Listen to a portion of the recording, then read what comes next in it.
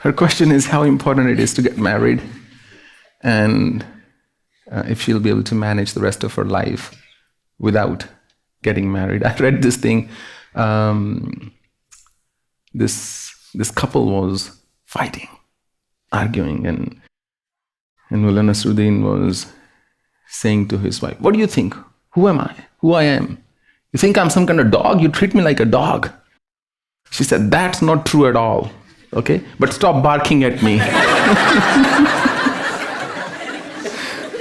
So that's marriage for you in a nutshell, where two people live in ultimate denial for the rest of their lives.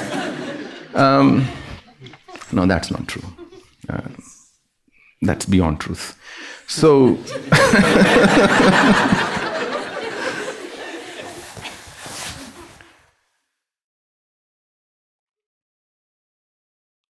what I discover, what I have observed, not necessarily discovered, after interacting with thousands of people, particularly over the last more than 10 years,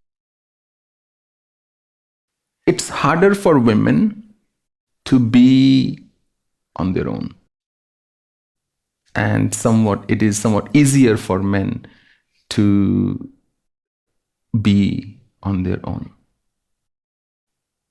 Women long for love, men long for freedom. Anytime you say, "Oh, भागना चाहते हैं घर से, परिवार से, अपने लोगों से," they want to be away. They want. I heard this comedian once.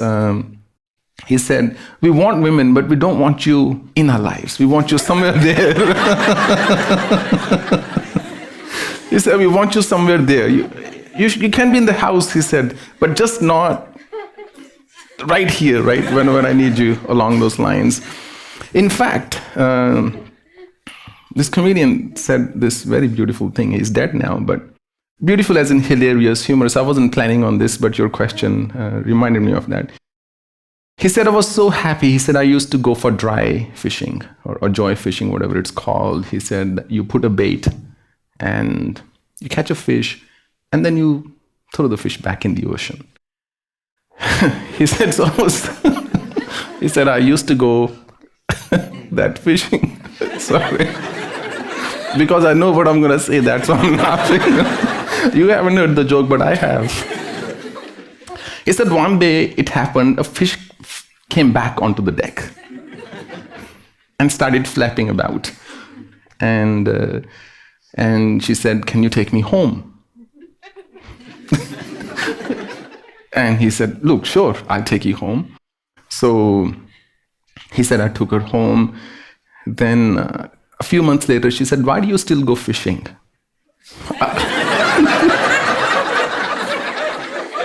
I am here now. Why do you have to go and fish? So he said it became always a challenge that now I had to always convince her. That's why I'm not a comedian, because I cannot tell a joke with a straight face. So he said 6 more months passed. And she said,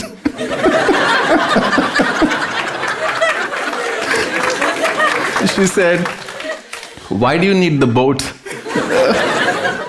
Why do you need the boat now? We are together. I'm here. Why don't you sell the boat?" He said, "So that's marriage for you in a nutshell." And that's a man's psychology in a nutshell. A man is always looking for fun, but जो शिकारी कब शिकार हो जाता है उसको पता नहीं चलता. Man is always overconfident of his abilities. So to answer your question, if somebody can live by themselves, then probably, I'm answering in your particular case as well, then maybe marriage is not that important. But it's very hard. There is no other sublime alternative to marriage either that I've come across. In the 60s, 70s, the huge hippie culture was there, right? And do whatever you like, do whatever you like. But that did not make people happy, did it? It's not like those people who totally revolted against the norms of society and went on to do their own things, they ended up being awakened or enlightened. Nothing like that. So somewhere that responsible freedom becomes the basis of your happiness, and that companionship that you get in a marriage, it's unlikely that you will get that in any other relationship. So, can you manage your life without getting married? Well, if there is no other option, you will. I have not heard of anybody who said, I am dying because I couldn't get married, right? The reverse I've heard a million times. People say, I'm dying because I got married. So that I've heard. So this, I read this in a book by Kushwant Singh recently. So Santa Singh was assisting a priest, and he said, look, what do you do, Father? I can help you. You work 7 days a week. He said, I have to listen to all these confessions, and sometimes these things become very difficult. He said, look, let me observe and I'll fix. So he sits in the confession box with the priest, and this lady comes and she says, forgive me, Father, for I've sinned. What have you done, my child? I committed adultery. How many times? The priest says, 3 times. Okay, say 2 Hail Marys and put $5 in the charity box and sin no more. She says, thank you, Father. Goes. A few minutes later, a man comes. Forgive me, Father, for I've sinned. What have you done?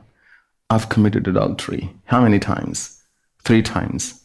Say 2 Hail Marys and put $5 in the charity box and sin no more. And Santa says, look, I've got it, Father. It's pretty straightforward. You please rest, relax. I've got this covered. Come back tomorrow. The priest takes a leave. And then a few minutes later, there's a knock. He says, there's a lady there. And now the new priest, Santa, he goes, what have you done? She said, forgive me, Father, for I've sinned. What did you do? I committed adultery. How many times? Only once, Father. Okay. Say 2 Hail Marys, put $5 in the charity box, and sin twice more.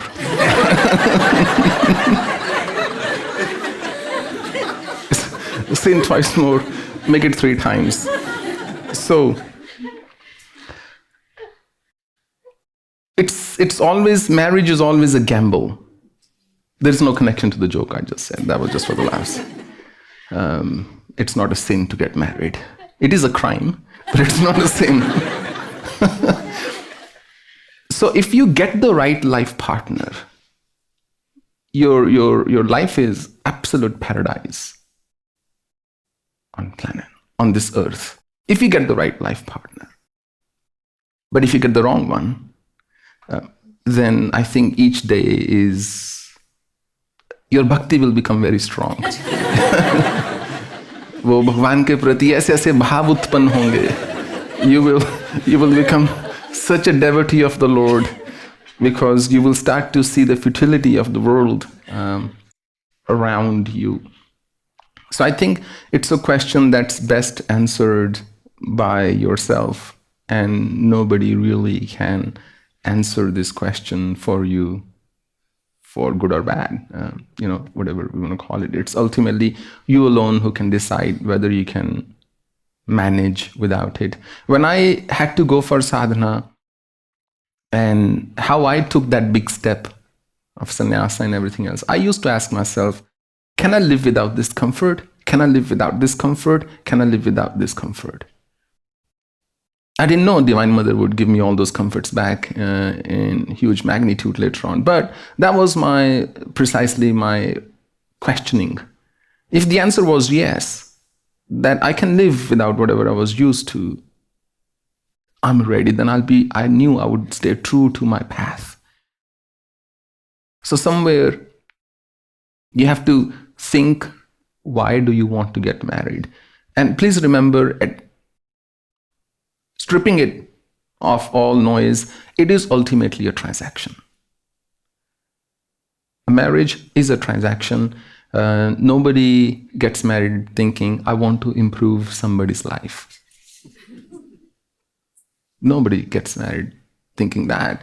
I mean, most people get married thinking, oh, I'm feeling a void, I'm feeling low, or more importantly, my biological clock is ticking, and I won't be able to get pregnant if I get married late, so I have to get married now. And there is family pressure, social pressure, and they're not always wrong to put that pressure on you. It all boils down to how happy you are in your own world. Then are you looking for somebody to share that happiness with? Or you are not happy and you want somebody to give you that happiness, which is a futile quest, which doesn't necessarily lead to happiness. So it is important because it's an important milestone, but you have to make up your mind whether you can be without it or not. And you have to be very flexible with what kind of life partner you seek. The more elaborate your criteria, the less the number of people you would have available. This lady got a call and this person said, hey Jane, will you marry me? She said, of course, yes. Now who's calling? Right? So if it comes down to that point of desperation, then you should not lose sight why you got married. You didn't get married because you had 100 options to choose from. You got married because you're none and you said, look, I just have to get married. Then better to remember that and stay true to your marriage and saying, look, this is what I signed up for. What were you thinking anyway? And I think that's what I would say. There is no real right or wrong answer. And so, yeah. Just make a wise decision. Those who are not married, I haven't seen them jumping from the roof in happiness. I mean, jumping on the roof. And those who are not married or are married, I haven't seen them jumping with joy either. One of my favorite, this little anecdote, this husband brings on his 25th wedding anniversary, he brings his bouquet of flowers for his wife. Beautiful white roses, nice, fat, well-bloomed. And the wife goes, white roses? What were you thinking? Red. Red signifies love. Red signifies passion. Red signifies marriage. It signifies attachment. He said, honey, after 25 years of marriage, believe me, I need peace a lot more than I need love in my life. So ultimately, whatever gives you peace, stick with it.